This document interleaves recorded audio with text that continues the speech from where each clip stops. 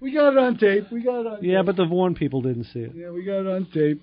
So you can call us, because we have Pat Sepe from Dial Transmission in here. 516-572-7440 is the phone number to get a hold of us right here. Joe, that was a really good intro. I'm flustered.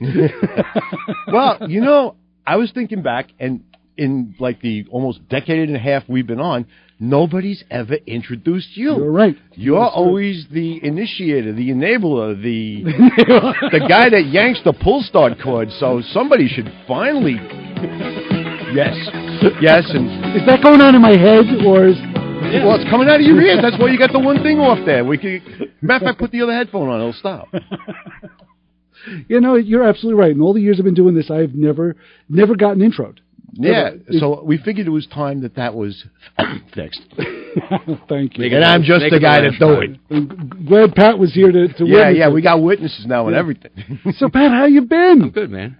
I'm glad you're back. I'm glad you're here. It's good to be back. It's been a while, right? Yeah, it has been a long time. Because the phones haven't been the same. I'm sure there's somebody out there we can insult today. There's definitely, you're definitely. I'm an avid listener, though. I do listen. You do listen? I do. I'm an avid listener. And you comment, I'm sure, right?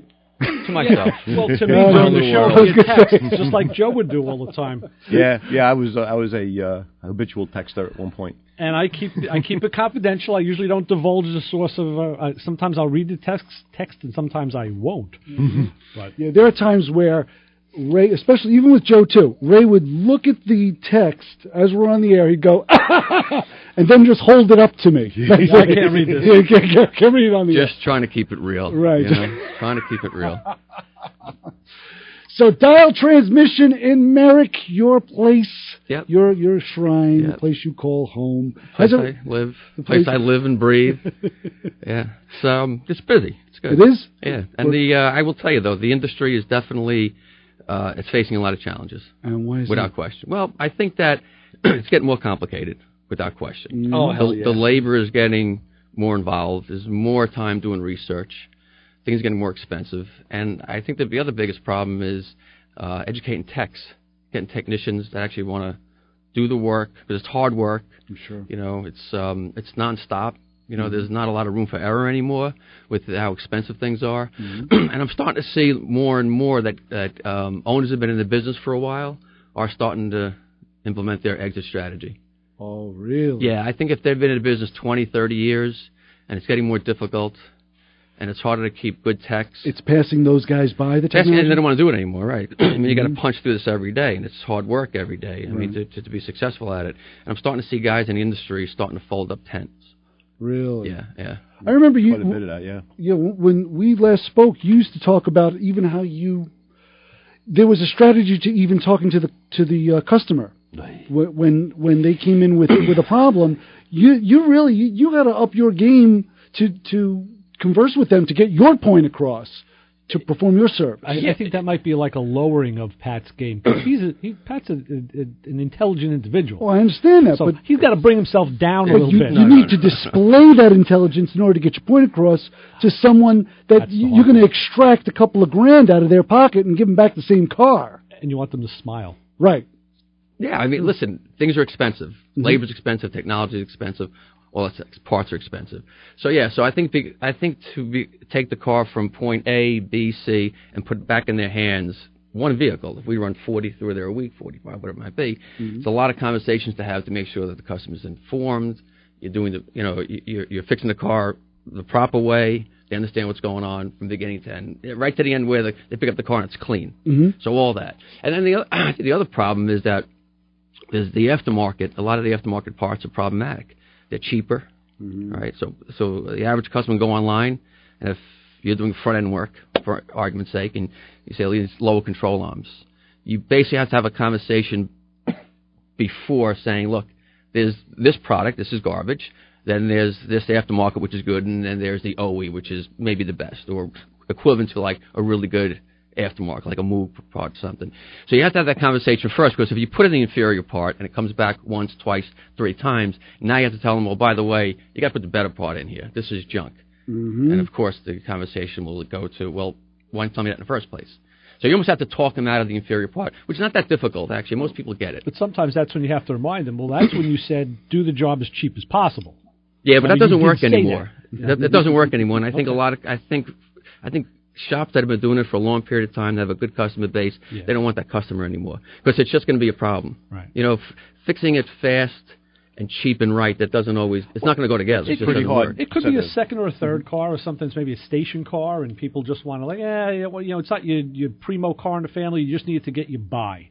I've heard that. I've heard people say that. I just want, I'm just going to this train station and back, and Yeah, and you hear I'm getting rid of the car, and then you see the car 3 years later. Of course, right? That's a classic. That's absolutely a classic. Yeah. No, you're right. Or they're like, I don't want to spend a lot of money. Sir, you need brakes, even if you're going to the train station. Yeah, right. You know, you need to stop. Yeah. That master cylinder has to have all the fluid in it, and you have to have the friction material on there. I'm sorry, we can't only reline one wheel. But I think that shops that are strong enough and have a good enough customer base, they walk away from those repairs. Yeah. Because it's look, anytime that you have the customer dictate how you're going to fix the car, it's going to be a problem. Yeah, that don't work. That's.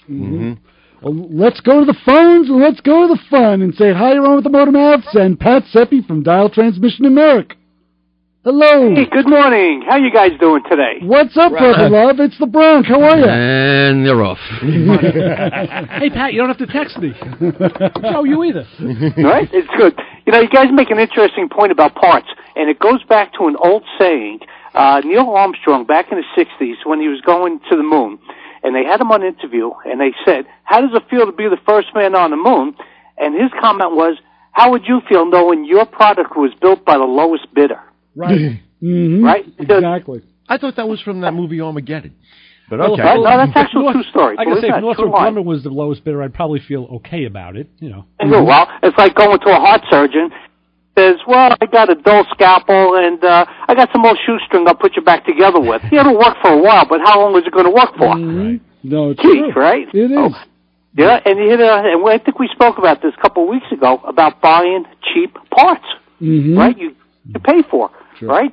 Do it right the first time or do it right the second time. It's a very simple philosophy. Right. And most people don't get it because they're looking for the bargain basement special. Like they want to go shopping at Kmart for gold.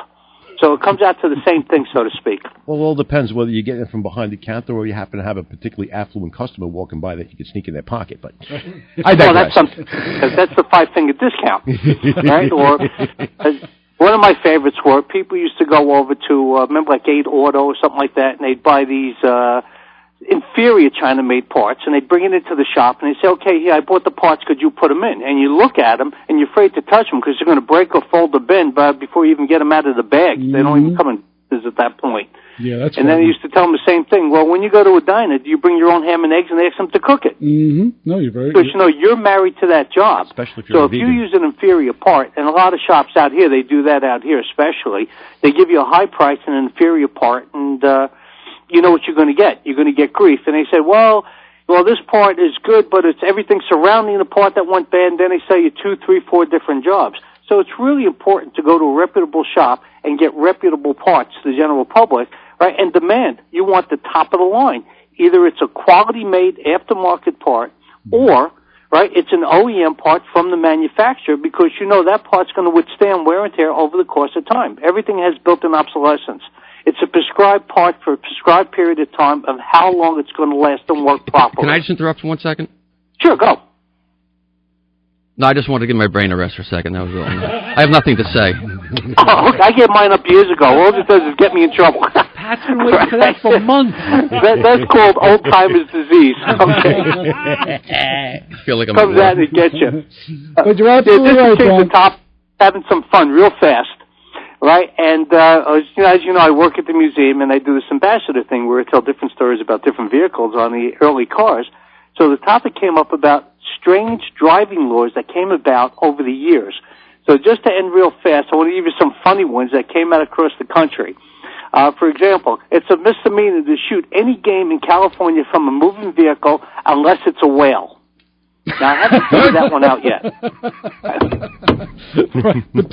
Right, exactly. But these are California laws. I have fun with them. Right? No vehicle is allowed to drive past 60 miles an hour without a driver. Yeah, they were really on top of that stuff. Yep. But I'm trying to figure out who this guy came up with. It's illegal to ride your bicycle in a swimming pool. No. But that makes absolutely no sense to me whatsoever. No. How does that come about? Right? And then this one here says, in the City Council of Belvedere, no dog shall be in a public place without its master on a leash. Or it's dominatrix. Master on a leash. All righty. And is that it? Closing, I'll give you one more. One more. One more, and this is it. All right, moose in Alaska are forbidden to have sex on city streets without a permit. And on that note, I'm playing the music. Hey, wait, And on that note, I'm hanging up. Well, listen, guys, have a great day, and I'll enjoy the rest of the show. Take care. Thanks, Frank. Bye-bye. Okay, Ray's got to play the music. Go ahead, Ray. That sounds familiar.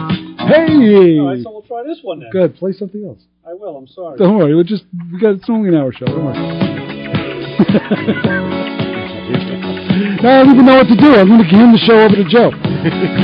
This is motormouthradio, and don't let the disco ball fool you. Right. Pat Sepe from Dial Transmission is here with us. You can check us out on Performance Motorsports Network. I'm almost ready to hit the post here. I'm stepping all over the song. We're going to go outside, get some Ripple and smoke a cigarette. We'll be back in a minute. Right. On the Motormouth Radio Honor Group of the Hour, drivers that have an under-average commute. If your average commute is approximately 35 minutes one way, and you can beat that, you're part of the Motormouth Radio Honor Group of the Hour. So keep it where you got it. We're back with the Motormouth Radio Discotheque and Pat Sepe right after these good words.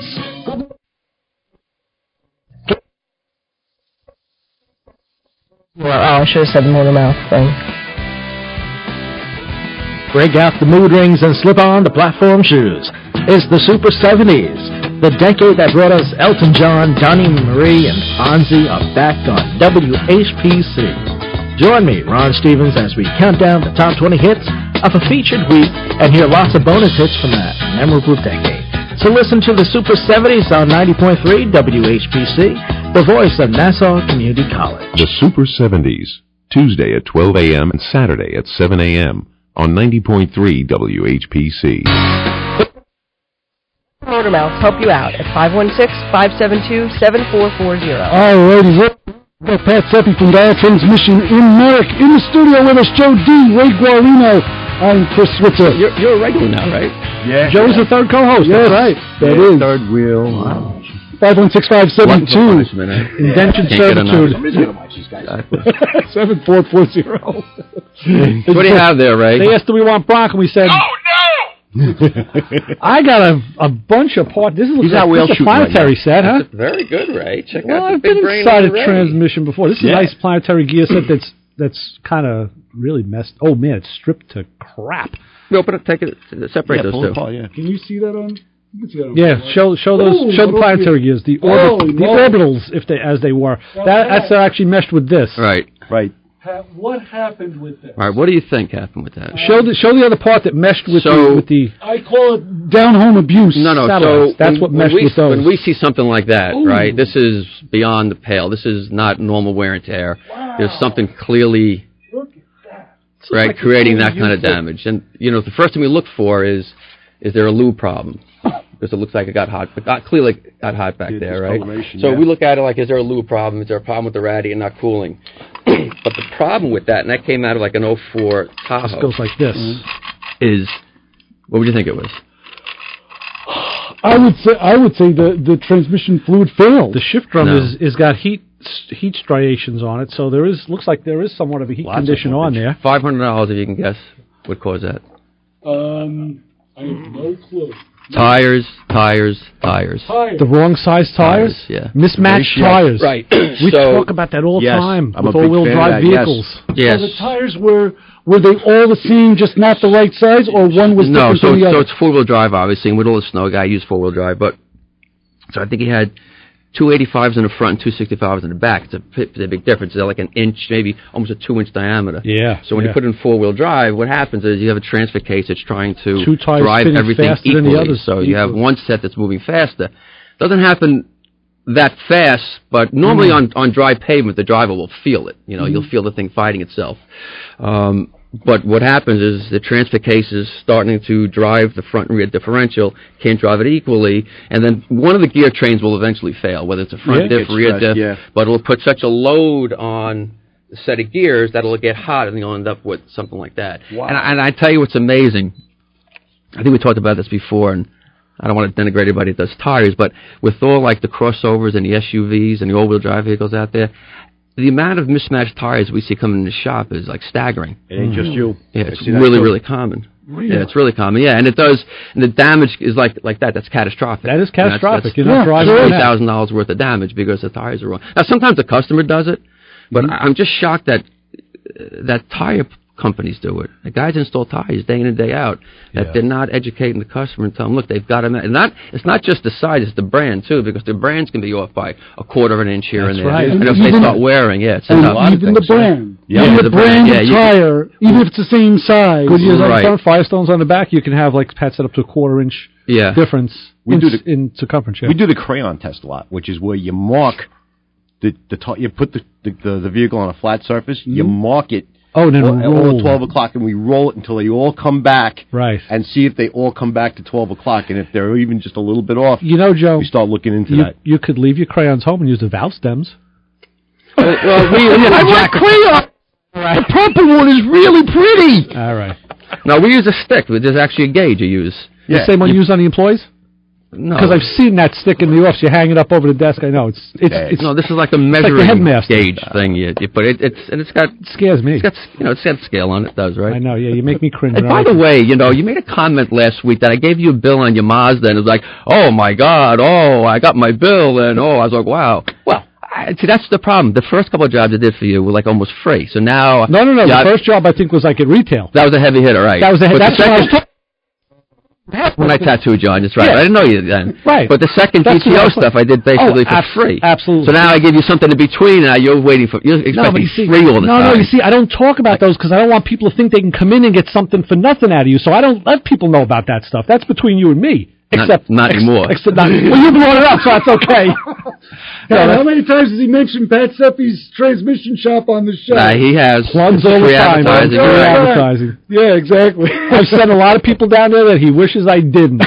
And one may be on the phone now. Maybe it's good. To the fun. Hi, you're on with the Motor Mouths and Pat Sepe from Dial Transmission and Merrick. I was just when you got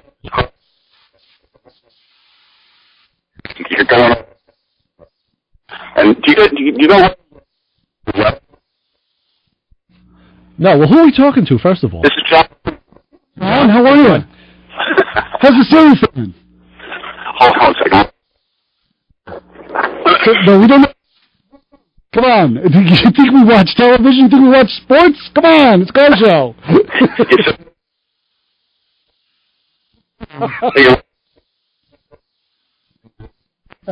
Oh, wow, damn, I missed that. Oh, I got like that. NAC fight, right?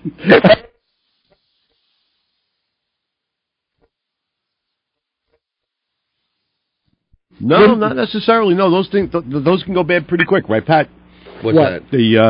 The Planet? Yeah? Yeah. You can kill them things pretty quickly in the right circumstances, sure. And actually, John, I was showing it up on VonLive.tv/motormouthradio because we have a video stream as well as the radio show.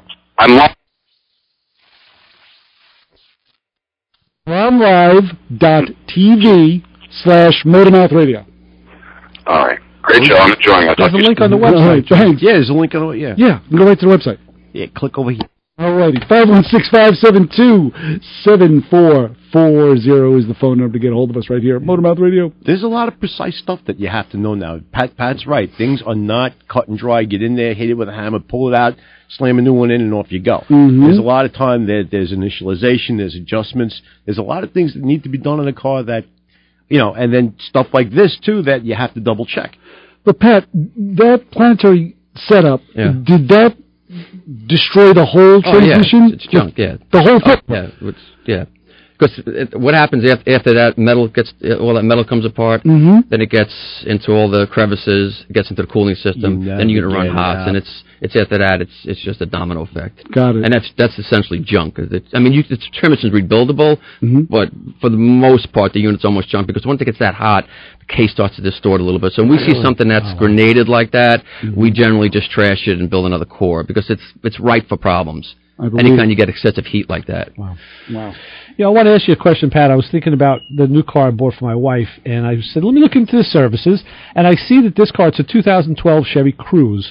It calls for the first transmission service at 45,000 miles. And it doesn't have any user serviceable. There's no dipstick on the transmission, so I can't check it. And I'm wondering, I know that that's become more common with newer cars. What's your thought on that? Because I was thinking, obviously, you're changing the fluid a lot sooner. You know, I mean, the manufacturers are kind of all over the place with when you should change fluid and filter. And you can't even service the filter on that either. So once it's in the unit, it's staying there, yeah. So we tell people, look, every 25,000. So that's 2 years worth of driving, roughly, for the average person, right? So, you know, and again, all you can really do is drain it. If you want to flush it, you can flush it. You just drain it, refill it, and that's it. Right, and there's no stick. Right. So now it's a job. You know, the average, and you know what's happening is, and I think the Europeans started this with getting rid of the dipsticks. There's no real reason to get rid of it, other than that they're trying to drive the traffic back to the dealerships. Right. They're trying to make it very difficult for you to work on the vehicle. And we're running into the problem with Mercedes right now, because the later Mercedes, a lot of the parts have to be coded for the cars, which is nothing unusual. Joe goes through this all the time, probably. So you put a component in, it's got to be coded for the car, the keys, and whatnot, which is fine. However, Mercedes pretty much, if you're going to, and there are guys like Joe who will go on the road and they'll visit the shop and they'll program the computer and code the parts for the car. Mercedes, they maintain, and I think this is their way of getting around this. They're saying, well, look, if you're not authorized to actually program the car, which a lot of guys aren't, because you can't do it mobily, you have to do it at a facility, and it's really expensive, right? Yep. A lot of guys aren't doing it. There are very few guys, other than the dealer, where you can bring the Benz to, and they'll program it for you.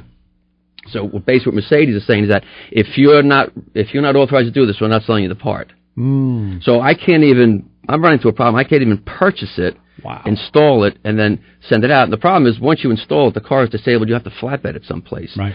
So I think for a period of time, independents have been getting used to saying, bring it back to the dealer for basic things.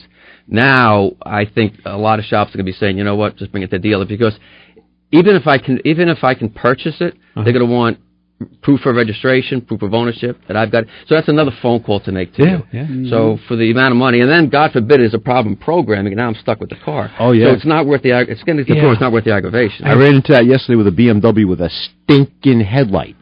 The right headlight was out. And, you know, of course, they plugged 7 bulbs in it, and like, okay, what's going on? Went over there, got the scan tool, which luckily the Snap-on does a decent amount of body diagnostics on BMWs. And it had a code 9C6, which was short circuit. And I'm like, okay, where's the short? You know, it tells you that much, and of course, you don't really have the information available in the aftermarket. There's a body shop, right? No, this was some lady coming in. This was at the shop that I part-time at. And, you know, the lady's like, hey, my right headlight's out. Turns out, then I start looking, the car was hit at some point. And I start digging, and this code, it's for a short circuit. If it sets 4 times, the module shuts down and has to either be replaced or reprogrammed. Oh, Jesus. So now it's not a bulb. Now it's the footwell control module. Has to go back to the fatherland and be duly reprogrammed. Now, when you talk about reprogramming, you're basically saying that a new headlight bulb is going in this vehicle, and you literally tell the computer this. And you need software to do this. Correct. Just like you would do as well with the Mercedes, Pat. A new transmission is going into this vehicle. We have to now tell the computer this is new. Correct. Yep. That's it. Right. Just for the fact that and you got a code. And the Mercedes maintains, well, because it's a security issue. But let's say, for argument's sake, I bought a used Benz out of the auction with a bad transmission. Right. So I don't own the car yet, right? I haven't registered. So basically what they're saying is, okay, I bought a used car from the auction, for argument's sake. Now I want to buy one of their transmissions and put it in. But why would I steal a car and then put a transmission in it? Right. Essentially what they're saying. Right. So I stole this car, right? I have it on my list. I want to purchase a transmission from Mercedes with the computer that's already incorporated in the transmission and install that. That makes no sense Doesn't whatsoever. make sense at all. Like, who in their right mind would do that? So I don't think Mercedes is using I think they're using the security excuse to try to drive more of the vehicles back to them. It ain't just them, too. I just was talking to somebody I know that the later model Hondas, when you put a coil in, it has to be coded to the vehicle. Oh, jeez. Yeah. A coil! Well, batteries, right? BMWs and batteries. Yeah, battery one. Yeah, so pretty much anything now you have to have a little party. You know, it's like, hey, coils, meet the Civic here. You know, it drives the cost up, and it takes longer because look, the dealership can do it right there because they have the equipment there for that vehicle, that particular vehicle. Right, we're working on 50 different applications. Got to call a guy like Joe in. Right. Maybe he can't get here today. Maybe he can get there tomorrow. Some of the car sits there. It's got to be road tested. So it just draws everything out. There's more labor involved. There's more time involved. Takes up space at the shop. Yeah. I was wondering, Pat, if you ever thought of it this way. I don't know. If you think of the man hours you spend on telephone calls during the week as opposed to shop billable hours, like what the ratio is. Oh, forget it. I mean... Yeah, it's got to be kind of... Yeah. And you know, the problem, not the problem, but the other thing, too, is that everything is... it's fast-tracked. So, you know, I used to be able to send an invoice to FedEx.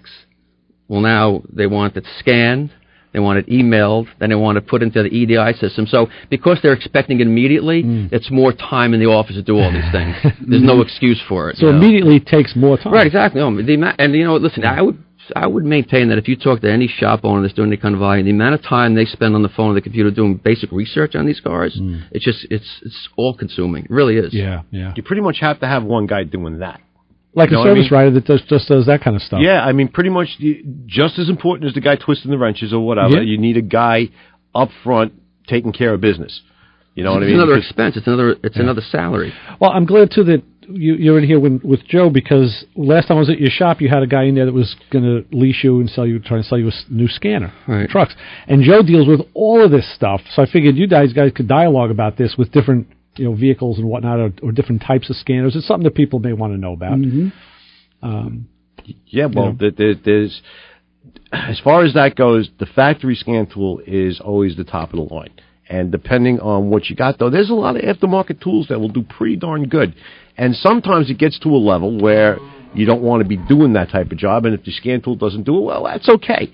There's always been a discussion, you have to have the factory tool. I don't agree with that 110%. Yeah, but how many shops actually have factory tools? Very few. Very few, because very few. Right? Very and it becomes few. obsolete, too, after a while. Yeah, and now you have to pay, depending on the tool, like I think Chrysler's up to like $3,000 a year for the subscription. In other words, if you don't connect to the internet, you're not getting in. So which means you got yourself a laptop sitting there that does a whole lot of nothing unless you have that. So a lot of shops are priced out of that stuff. It becomes diminishing returns after a while. Absolutely. It just says... All righty, Pat Sepe is here with dial transmission in Merrick. Woo! Let's take you back. Excited. Holy smoke! Wow! Music in a blender. Tasty in the There's center. water over there, right? You don't have any water back there, do you? No, there's a thing over there. Yeah. So we got a lot more.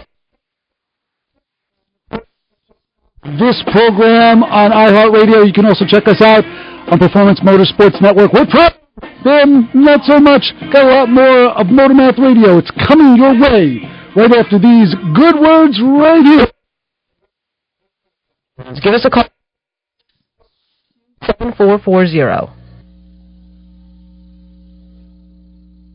College of the Airs, listening to music. A basic concept of music is not a typical music theory, music history, or music appreciation course. It's a course aimed at listeners without formal musical training to help them gain greater enjoyment and understanding forms of music. So listen to Listening to Music on 90.3 WHPC, the voice of Nassau Community College. Listening to Music, College of the Air, Music 100. Mondays and Fridays at 2 a.m., Tuesdays at 2:30 p.m. on 90.3 WHPC. Let the Motor Mouth help you with all of your car questions at 516-572-7440. Alrighty, let's get the phones rolling here. 516-572-7440. If you have a transmission question or even any other question, we have a studio chock full of knowledge right here with Pat Sepe from Dial Transmission. Of course, Ray Guarino, Joe D. I'm Chris Switzer, manning the board here with disco music behind me. Not right now, but there's been a lot of disco music going on here. I'm going to go get my computer. We needed a rest. I think that's just in your head. I wanted to talk to Pat about two things. One was extended warranties as a recurring subject, and the other was, Pat, how do you deal with, since you see a lot of different varied customers coming in the shop with their cars or dropping stuff off. Cars, as we know, are always in different states of not only repair, but in just states of housekeeping. How do you deal with... Yeah, Joe's talked about some of these cars that he's dealt with where there's like tuna sandwiches under the... Well, whose car is that in the parking lot, That's by Rob's. the way? With all that stuff in the back. We didn't you talking about that? I didn't even know what color it was. It's Rob's car, yes. Perfect example. How do you deal with cars that are less than tidy? It's not that big of a problem. You know what is a problem, though, is wheel locks, finding wheel locks. Okay. Right? Because we're taking wheels off all the time, right? And, wheels, forget about using impact guns on wheels anymore. They're all got to be torqued down. Right. For other reasons. However, people will say, where's your wheel lock? It's in the glove box. Well, it's not there. So you remember through the trunk, and it looks like glove box. And it looks like Rob's trunk, He's giving me the finger, right? Because he's got a dirty car. Look at my car, Rob. It's clean. Yours? Right. I'm sorry, Pat. Not hypothermia, whatever. But the cars are loaded. You get junkies in the shop? No, you open up the back of the trunks, and it's just loaded with debris back there. And you're kind of rummaging through it. Guys are putting gloves on. But then you try to find the wheel lock. Right. We'll give it like 15 minutes of looking for the lock, and after that, it's just coming off. Yeah. There's a tool. The tool, right. And that's the end of the story, Sure. Because the car's not, because if you can't get in touch with the customer, right, and the car's going to live for an hour, it's an hour's worth of labor that you're just wasting. That's a lot. That's a wheel lot of lock, money. it's a problem. Mm-hmm. Yeah, absolutely. What kind of tool takes a wheel lock off? What does it look like? It's almost like it's a socket, but it's round. It's got teeth on the inside, so you pop it on and it kind of grabs it. Usually pulls it right off. So it's not going back on. No, they sell not the right way. They sell the same thing for like rounded fasteners, rounded nuts, or studs. It's the same idea. Mm-hmm. But so alarms are a nightmare. Alarms? Have you ever hear the things in my sleep? Yeah. I mean, and it's funny, man. You see these alarms in like 2003 Hyundai. Like, who the hell would steal that car? I mean, it's more annoying hearing it go off than it would be if the car was stolen. Exactly. There's a guy in my neighborhood. These pieces of crap. Yeah, got alarms. He's gotten a Zuzu, one of those little rodeos. It's got to be like a mid-90s. And one day I stepped out of the house and I see the headlights just flashing on and off, like the battery was dead, like they were just barely glowing. And I'm thinking to myself the same thing you are, like, who would take it? Right, who would take this? You can't get parts for it. Yeah, every panel on this thing is hit. It needs an exhaust. It's just a mess, and it's got an alarm system. Well, a lot of that's the salesmanship from the dealers from when they bought the car new. Back in the 90s, they sold those things like hotcakes. They did. So a lot of people have them. They just leave them in there because they're not the pustlabs. Have to have the thing going off in their ear while you're under the hood. Mm-hmm. Ask me how I know that one. So. Are there any vehicles in particular, Pat, that when you see them come in, you just roll your eyes? You're like, oh boy, like one of those. Suzu's a problem. Mm-hmm. Getting into the systems, diagnosing them. Parts are a problem. Getting, because there's no Suzu dealerships anymore. Yeah, they're pretty much gone. Suzuki's a nightmare. Yeah, Suzuki's a huge problem. Really? Yeah, there's no dealers around. Right. And the amount of aftermarket parts available for it are very limited. Mm-hmm. So, yeah, I mean, there's definitely the car that rolls through and you roll your eyes and you say, oh, my God, this is like a nightmare. Hope he's just here for an oil change. Yeah, basically, yeah. 516-572-7440 if you want to dip into the mind of the transmission master, Pat Sepe from Dial Transmission. Of course, the rest of us are here, too.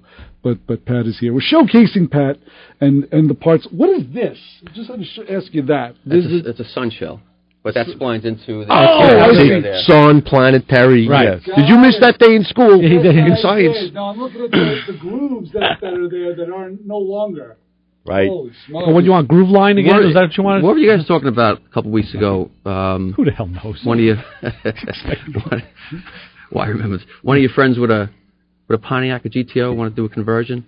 Yes. Actually, Mike from the AutoZine, his son Mike Jr. wants to do is a 70 GTO with a 400 with a turbo 400 tranny, and he wants to do an overdrive conversion. Would you like me to educate you on Yes, that? please do. Yeah, because I'm kind of interested about this, too, for another reason. So the only thing you can put in there really is not the only thing, but a 204R is really the only unit that'll work in there. Why not the 700 Because the 700 is only for Chevys. Okay. So the 204R will fit BPO, Buick, Pontiac, and Olds. Gotcha.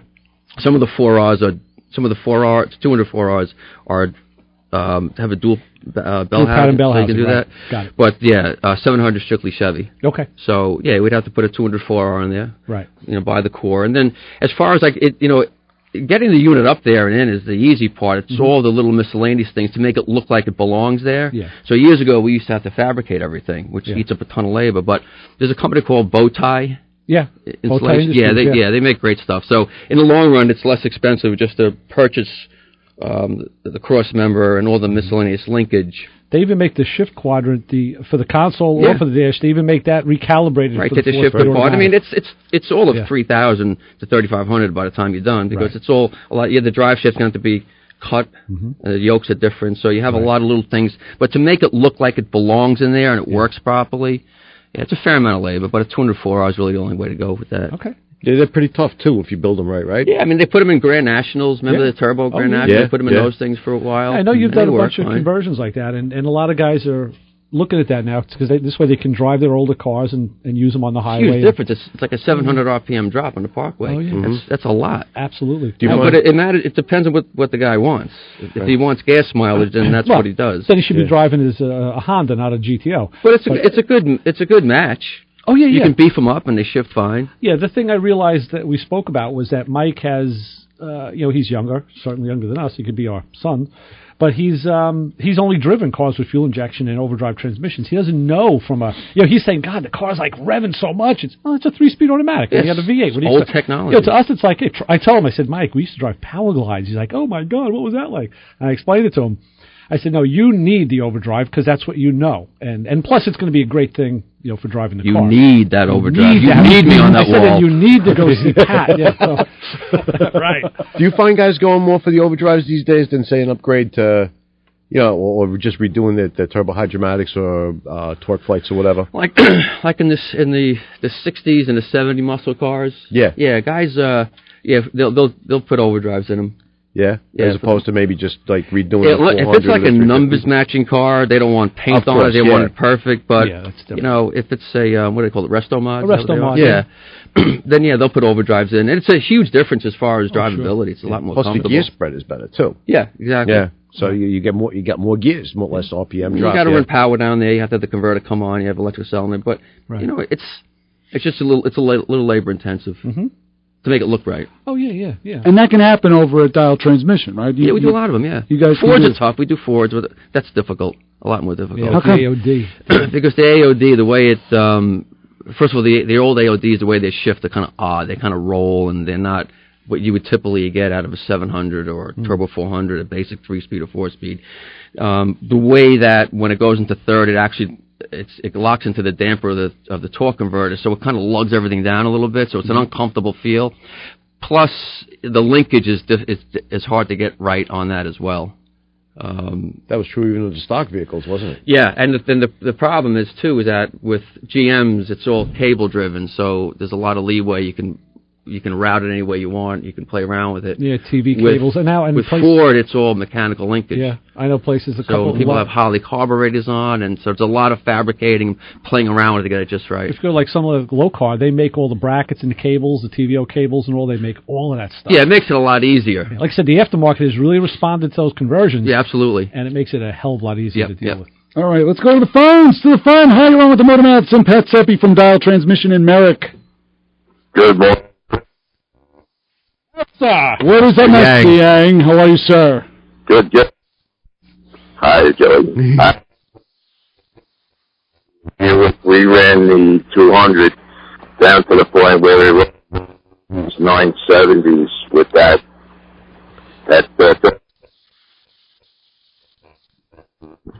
And only then did we have to go for the 400 after that because we started to break it a little bit. But it does have the 700, maybe 200 drums or whatever. It's got the stones to deliver the power. Yeah, you were one of the people I was thinking about when people wanted to use them in higher horsepower cars. I'm like, I know somebody who's pounded one of those pretty well, Yeah. Oh, right. Over a 400, yeah? Yeah. over a 350, you know, or a 4-speed setup in the early cars with the aluminum 4-speed and the aluminum bell housing, you know, if you're going that way. Yeah, I could see it being more heavier than a 4-speed, yeah. So I just thought I'd put my 2 cents in. All right. No change for you today. Thanks, Richie. Have a good one. Thanks, Richie. Thanks, Rich. All right. Bye-bye.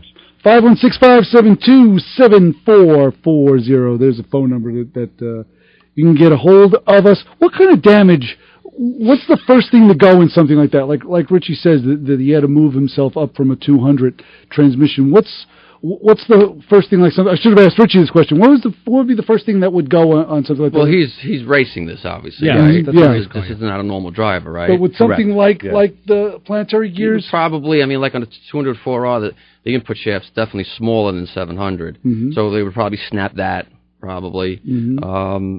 Sunshell, they would probably strip, even though they're hard now. But I would think the one thing that would fail is the front planet or the input shaft on the 204. It's just a lot smaller than it is on a 700, on the later 700s anyway. Plus, they're probably using a looser converter, so you're going to have a little bit of shock. Yeah, I mean, I think when you're talking about racing, you know, all bets are off. You break anything. Right. Yeah. You know, just ask Johnny. My rebuilder, forget it. The guy is like obsessed. Like beyond obsessed with trying to chase this number of getting the car down to like within tenths of a second. You know, he just bought this exotic Liberty transmission, like half manual, half automatic, from I guess the guy manufactures it out in Michigan. It's like what Dina Parisi's driving. Like $10,000. Yeah. For the transmission. I told him, I go, dude, I got, it's not even my money and I'm getting sick. It's like the old turbo clutch. You got a clutch for first gear and it's automatic after that. Jeez. And he's so obsessed about it. Yeah. So I'm leaving Friday. I'll be back like Sunday. Where you going? He goes, I go pick up my transmission. I go, it's Michigan, isn't it? He goes, yeah, but I don't want anything to happen to it. I'm like, you don't want anything to happen to it? Just ship the goddamn thing. You know? Driving out there? What's he going to do? Have it put it in the passenger seat next to him? Put it in his truck, you know? Yeah, you put the seatbelt on. Did a turnaround, came back with it. I'm like, there's a company called FedEx, and you know, they do this for a living. I can't imagine like somebody does it professionally, runs around the country picking up parts. They have this stuff shipped in. Yeah. If you buy a car if you buy a Mercedes, it's getting shipped overseas, right? Yeah, pretty much. Putting it in something, right? It comes in undamaged. I think the perspective here is a bigger race team that has stuff shipped from all over the world. Yeah, they do it every day, and they're doing it with maybe a couple of cars. When Johnny's doing it, that's his one car that he has a lot of pride in and a lot of money in. Oh, yeah. So he'll go and do that. But that's why he's a great rebuilder. Exactly. That's why. I mean, his stuff very, very, very rarely comes back. And, you know, most rebuilders will tell you that if you interview them. We don't have any comebacks, which is, as soon as they tell you that, you throw the application in the garbage because they're lying. But his are almost non-existent. Yeah. That is amazing. You got somebody dedicated. You've got guy something cares. like that. Yeah. Forget it. And we've had him on the show, right? Yeah, he was here once. Yeah. 516-572. Johnny 8s. Johnny 7s, Johnny 6s. Yeah. Johnny, I'm broke now because I'm trying to get to the 6s. What number is he up to now? Yeah, I don't even know. He kind of tells me, but I'm going to get my platform shoes on. And my 2 inches taller, guys. And my orthopedic socks. Why is it all boogie nights music? I'm ready to get ask the DJ over there. Because we honored Joe last week, we're honoring Chris this week. Is that what you're into? You're into this music? They think I am. Why don't you tell them you're not? Sometimes I don't mind it. I haven't heard this in I can't tell you how long. This is Motor Mouth Radio. Pat Sepe from Dial Transmission is here with us. I'm Chris Switzer. Joe D. Ray Guarino in the Motor Mouth Radio Honor Group of the Hour. Drivers that have an under-average commute. If you could beat the approximately 35 minutes one way, you're part of the Motor Mouth Radio Honor Group of the Hour. Keep it where you got it. Got a lot more of this mess. It's all coming your way right here on Motor Mouth. More questions at 516-572-7440. Finally, the rock has come back to WHPC. Join me, Justin Greenberg, every Saturday morning at 9 a.m. on 90.3 FM WHPC for Saturday Rock. I'll be playing some radical tunes. Kids don't say radical anymore. What? They don't? Alright, I'll be playing some songs that are on fleek. Is that good? Yeah, sure. Tune in every Saturday morning at 9 a.m. on 90.3 FM WHPC. What do you mean kids don't say radical anymore? I say radical.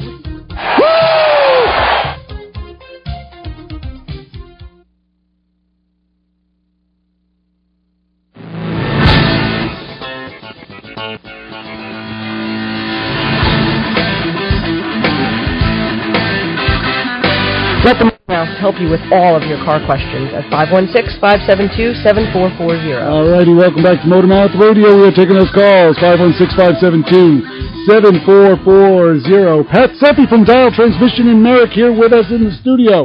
Ray Guarino, Joe D. I'm Chris Switzer. And, of course, you can hear this show on Performance Motorsports Network. You can also hear it on iHeartRadio. It's a lot of fun, and we're there for you. But right now, we're here for you, answering all your transmission questions. And I want to know about extended warranties. Pat? Well, being a guy who deals with them every day, you're the perfect person to ask about, what is... well, okay, is your first question, should people purchase them? And if so, dealer specific or aftermarket, and if aftermarket, which ones do you prefer? Well, there's a couple of things. If you buy a used car, this is from my experience, you buy a used car and they sell you an extended warranty, you're pretty much left with the impression that everything in the car is going to be warranted. Yes. Which is not the case. That's correct. If you look at the fine print, they don't warranty leaks a lot. Mm-hmm. They don't warranty failures caused by leaks. You mean fluid leaks or like air and water leaks? No, fluid leaks. Fluid leaks. Okay, yes. Just want to be... Yeah, no, so in other words, if a car comes in and it's got a rear seal leak, or maybe it has a bad solenoid, they may not warranty electrical components. So you have to look at the fine print really close. So if you buy one of these aftermarket warranties and you're under the impression that everything in the car is going to be warranted, I will tell you unequivocally it will not be. Yeah, I think that's the way they sell them, too. They kind of... Yeah, exactly. So would a dealer warranty... Dealer warranties, from my experience, are definitely... If you buy a used car from a dealer, usually those dealer warranties, whether it's Ford, Chrysler, Mercedes, GMAC, those are better warranties. Okay. A lot of the aftermarkets, they reserve the right to put in like new quality, which is essentially used, a junkyard, anything. Okay, Q, yeah. The other problem is there's 20 phone calls for me. By the time I'm done, talking to the warranty company, talking to the customer multiple times, keeping them in the loop, then the inspector has to come down and inspect it. We have the car apart in a million pieces. Now they want the battery hooked back up so they can get the mileage, but now we're afraid, are we going to spike something now because you have ground cables hanging all over the place? They're up on ladders. So it's the amount of labor that we are investing in this thing is insane. Can you take a cell phone picture of the mileage maybe before you take the car? No. They have to send an inspector to take a look at it. They want to see damage like that. Hold up today's newspaper, so the date is in the frame. It's like a ransom, yeah. They don't play that. They don't play ball. You got to play ball with them. Right, gotcha. And if they see mismatched tires, they will void the warranty right there. If they see a trailer hitch on it, they will void the warranty. Really? Yeah, I tell people for the most part, if they're buying a used car with 100,000 miles on, whatever it might be, which is insane to do anyway, to buy a car with 100,000 miles, because you're going to start owning the car parts. I don't care what it is. Right. You better have taken the money. Let's say the warranty, a good one, is $3,500. Just put the money in a non-interest bearing account, add $100 a month to it, and use it for repairs. Mm-hmm. And then if you get rid of the car smack the car up, you still have the money there. Right. Mm-hmm. Yeah, I agree about that a lot. Yeah, that's always they're holding on to your money, and it's a when we take one of those on, we're trying to protect the customer. So our interest is with the customer, not the insurance company, because they're just bean counters. They're looking to do it as cheap as humanly possible. You get the car fixed properly. Right. So there's a balance there. Sounds like a certain health care I know about. There's a lot to be. There's a lot. There's a lot of negotiating. There's a lot of negotiating. It's a lot of negotiating. Yeah. And it's something and it's exhausting. Yeah. Yeah. Well, there goes that phone call to billable man-hour ratio again going. Right. So if we tell an insurance company, for argument's sake, it's an Enclave and it's $3,800, right? And they say, well, we're going to send you a used one in, and with the labor, there's a dollar amount of $2,400 we're going to give you, or we'll send a used transmission to put in, and then you can program it. The next conversation you have with the customer is, do you want to pay the difference for us to rebuild it? Right. And that's an uncomfortable conversation. And they say, what did I buy a warranty for? Well, what are you talking about? Oh, well, and then they get mad. I'm like, wait, I'm not the bad guy here. This is the conversation we have with the insurance company. Right. So now you're negotiating, right, with the insurance company and the customer and fixing the car properly. Yeah. It's on the lift a lot longer than it should be, because I can't do it on my time. I've got to do it on the insurance company's time, I've on their schedule. I've been in your shop. You showed me where there'd be 3 SUVs in a row on 3 lifts, and the guts are all over the floor. Yeah, it's a million pieces. Subframes are down.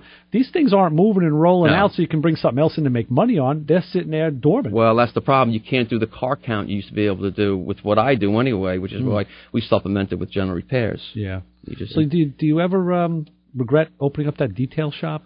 You know, Pat's detailing, wash, wax, get them out, next one in, That's another thing. I mean, we document every car that comes through the door, every scratch, every windshield chip, every rip on every seat. Yeah, because someone is definitely going to walk in and point, go, I wasn't there. Either they're lying or they just happen to notice, and it happens. Maybe they notice that chip on the windshield after they pick it up. Yeah, people get very scrupulous about stuff. It's like, hey, what's that smell? You know, they just dropped a whole buttload of money, and they're expecting, the car to be even better, even though now it runs or whatever. Right. But they're looking, it's like the old fly in the soup when you go to the restaurant type of thing. It's like, oh, wait, okay, you know what? Let's knock off $200. No. It's extra protein. You know what the other thing too is? The internet, it's a wonderful thing, but it's dangerous too because it gives people just a little bit of information. And I use this line a lot now. You ever see the show The Prophet? It's a great show. The guy's an investor. I think he owns like Good Sam's, and he builds RVs and whatnot. So the guy's a self-made billionaire. So he goes into struggling companies, and he'll basically take a big picture of the company, see if it's worth investing. If they're struggling, he'll invest. He'll normally be like the majority shareholder, so he makes all the decisions, and he makes upgrades and everything. So he was doing one down like South Carolina. And it was an older couple, and they had this great, like, barbecue restaurant, but they couldn't service the customers. They had a good problem. Too many customers, they couldn't service them quick enough. So he's thinking about every way he can streamline everything. And there's a nephew on the payroll for like $100,000 a year. And he says to him, he goes, what do you, because the guy's a no-nonsense guy, and it's all common sense. He goes, what do you do? He goes, well, I do marketing. He goes, what kind of marketing? They have all the business they need. He goes, well, I do like social media and Facebook. And he said Facebook like 2 or 3 times, and he finds that the guy from The Prophet, he goes, do me a favor. Don't say Facebook again. Please do not say Facebook. And when I hear people say the internet, I say, please do not say the internet. Yeah. Please do not say the internet, because it's just a bunch of people talking about stuff that they have limited knowledge about, and now you have limited knowledge. Right. Right, like, and that's please dangerous. do not say the internet. It's true. And a lot of diagnostics. And a lot of times when you say internet, you're saying the forums. So, like you say, it's people's opinions. And a funny thing happened on the way to that forum. And the funny thing is that a lot of people, what I like to call the Me Too's, because you'll see, I got this problem, and then the next blurb is Me Too. And I've been on those. You've been on those forums, right? Oh, hell yeah. And then we look for that's entertainment. We look for any way to fix a car.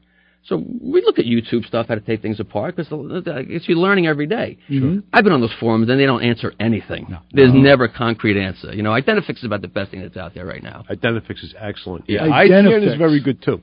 Identifix is pretty much a professionally driven setup. You got it's not cheap. I was going to say it's basically a subscription. You have to subscribe to it? It's a subscription. Depending, if you know how to drive it, you can actually get factory service manuals. They also have this thing where they call direct hit, where you type in a code or you type in a certain symptom, and they'll show you other case studies of what they did. Other users have found. Other Me Too's. Yeah, other Me Too's, but like real mechanic Me Too's. And then you'll see you'll see a reoccurring theme on a lot of these. Every now and then you'll see the guy that threw everything at it. Right. He threw an ECM at it. He threw a fuel pump at it. He threw this at it. So they kind of dismissed Painted it green. Yeah. So. Gilded it. Yeah, that's seriously. Me. That's pretty much me. Yeah. He cocked a shotgun. Yeah. ITN is very good also. Again, but that's professional, where you got guys discussing stuff. It's all expensive though. It is. Well, $1,000. I'm sorry. But that'll take the bite out of the other end of it, because you get your answer faster. You're not fooling around trying to find a problem. You get right in the grand scheme of things, it's less expensive than putting 2 hours on the car diagnosis. You get right to the point. Get to the point. Get to the point. And sometimes what happens is somebody comes up with a test that does not require the factory tool or whatever. Yeah. You know what I mean? Where they're like, here, put a voltmeter. Do you have this voltage or that voltage? Rather than using the $10 million factory tool, which is connected to the internet, to the Alps, and the Sherpa, playing with Yeti up in the Serengeti. Patty, where'd you get that from? Pat, we just run out of time. We're smoked an hour. Yes. How is anybody able to get a hold of you if they Assuming they want you to. They so need any sort of transmission help or guidance? You can call us at 516-378-4990, or you can email us at dialtrans58@gmail. Give me that again? Sorry. my get that again? My DJ. Can I repeat myself again? Yes, please. 516-378-4990 or dialtrans58@gmail. We'd be more than happy to answer any of your questions. Sounds good. Now we're going to get some music. Chris, this song was lovingly selected for you by your co-hosts because they know this was typical of your whole existence from childhood, prepubescence, up through adulthood. This kind of just sums it all up. When the boy comes in and says...